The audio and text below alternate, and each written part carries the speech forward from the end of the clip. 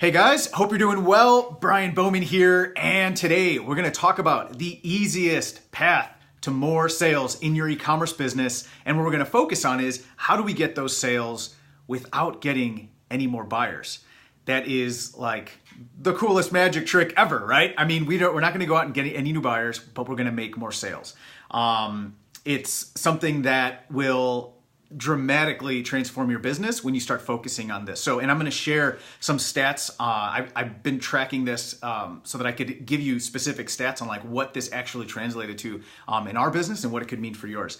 So before we get started, if you'd like to dive deeper into this and you'd like to learn more about how we do this in our brands, with our clients, with our students, you can go check out ecomcasestudy.com, E-C-O-M, 1M, casestudy.com, and you get all the information there. You can watch the case study, and if you'd like to speak with us and see if our programs are a good fit, you can go check it out there and get on the phone with us. So let's talk about the easiest path to more sales in your business without getting any new buyers. You have probably heard of the idea of average order value. In fact, if you've heard of any of the things I've talked about before, there's 4 pillars I focus on. One is building your audience. Second is converting that audience. The third is building up average order value.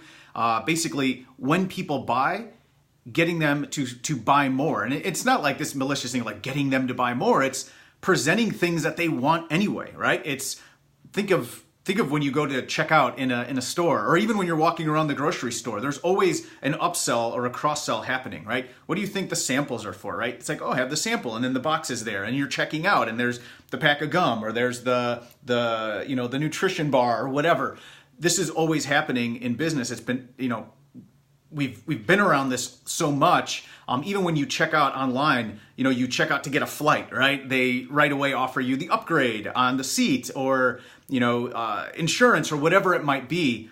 And even though we see this happening all around us, so few businesses are incorporating this, and it is just a huge revenue and profit center in your business. And I'm going to actually break down the numbers for you so you can see how powerful this is. But average order value, and then the fourth is frequency of purchase. So I just want to point that out. But the one we're going to focus on today is average order value. And I think, I've worked with a lot of clients on this, and I think probably 2 of the big fears that people have, or 2 of the things that come to people's mind that maybe keeps them from doing this, because they know that they've heard about it, and especially lately, I think it's something that more people are hearing about, is like, all right, we have to increase average order value, but how do we do it exactly? I think the 2 things that get in people's way is, one, the tech. I think they get a little bit worried about, man, is this going to be really technical? Am I going to have to do a bunch of stuff to make this work? And the second is, okay, I've gotten past the tech, or maybe the tech doesn't concern me, but the actual implementation, like what products should I use? What are the best ones? What if I put the wrong ones? And those are valid concerns, but what I will have you consider is it doesn't matter. It really does not matter.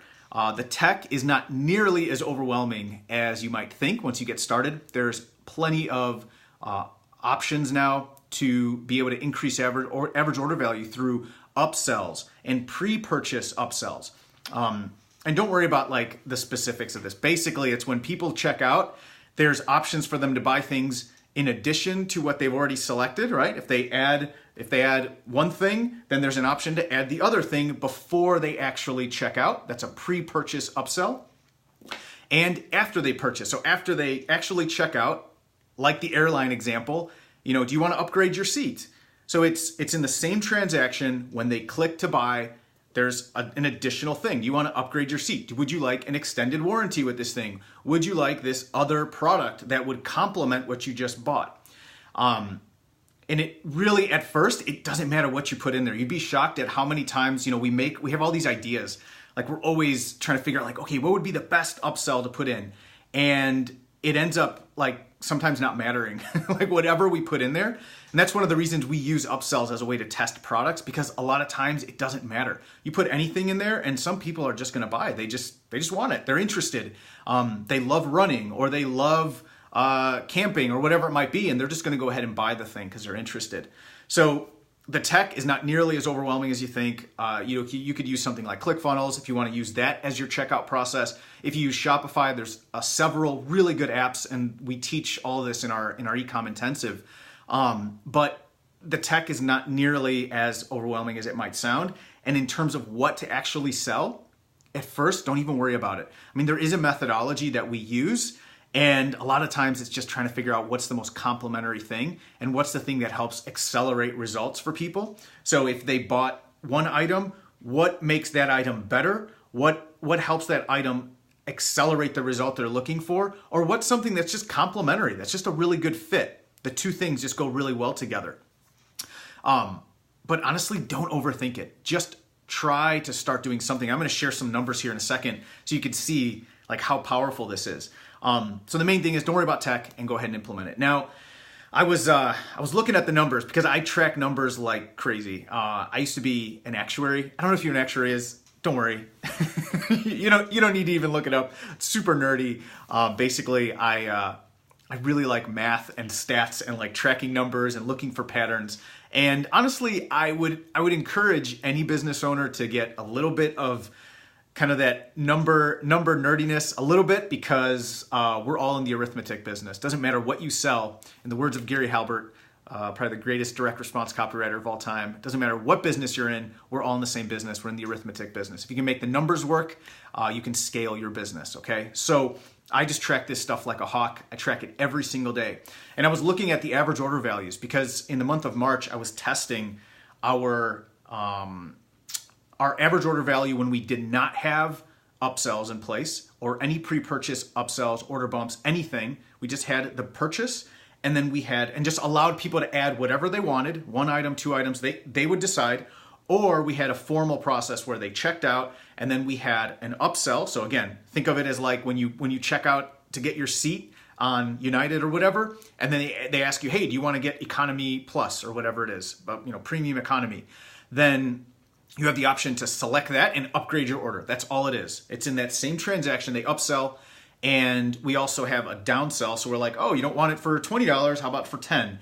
And then a second upsell. And that's it. And then the thank you page just has a few things, a thank you video, and then a few other offers if they want, but not many people take those. So if we look at just the process of, hey, check out, do whatever you want, versus this process where we have this upsell, downsell, upsell, our average order value in March with no upsells was $91.26. And our margin on that is a little bit thin. Even though the number is high, we're just at about 20% profit margin on that, maybe a touch lower. So it's low margin, but the amount is high, which helps offset that, right? Like I'd rather 20% of 90 than 100% of 9, right? Because at least there's more available there, right? So that's pretty good. I mean, we're happy with that.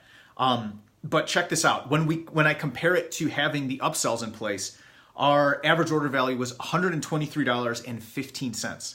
So if you do the math there, this is actually pretty cool. It's just coincidental. It's exactly a 35% increase in our average order value. Now, this isn't like 1 in 10 or 1 in 5 is $123.15. Some are going to be $250, like $250. Some will be $91.26. There'll be nothing extra. But on average, anybody who comes and buys, we saw a 35% increase in the average order value.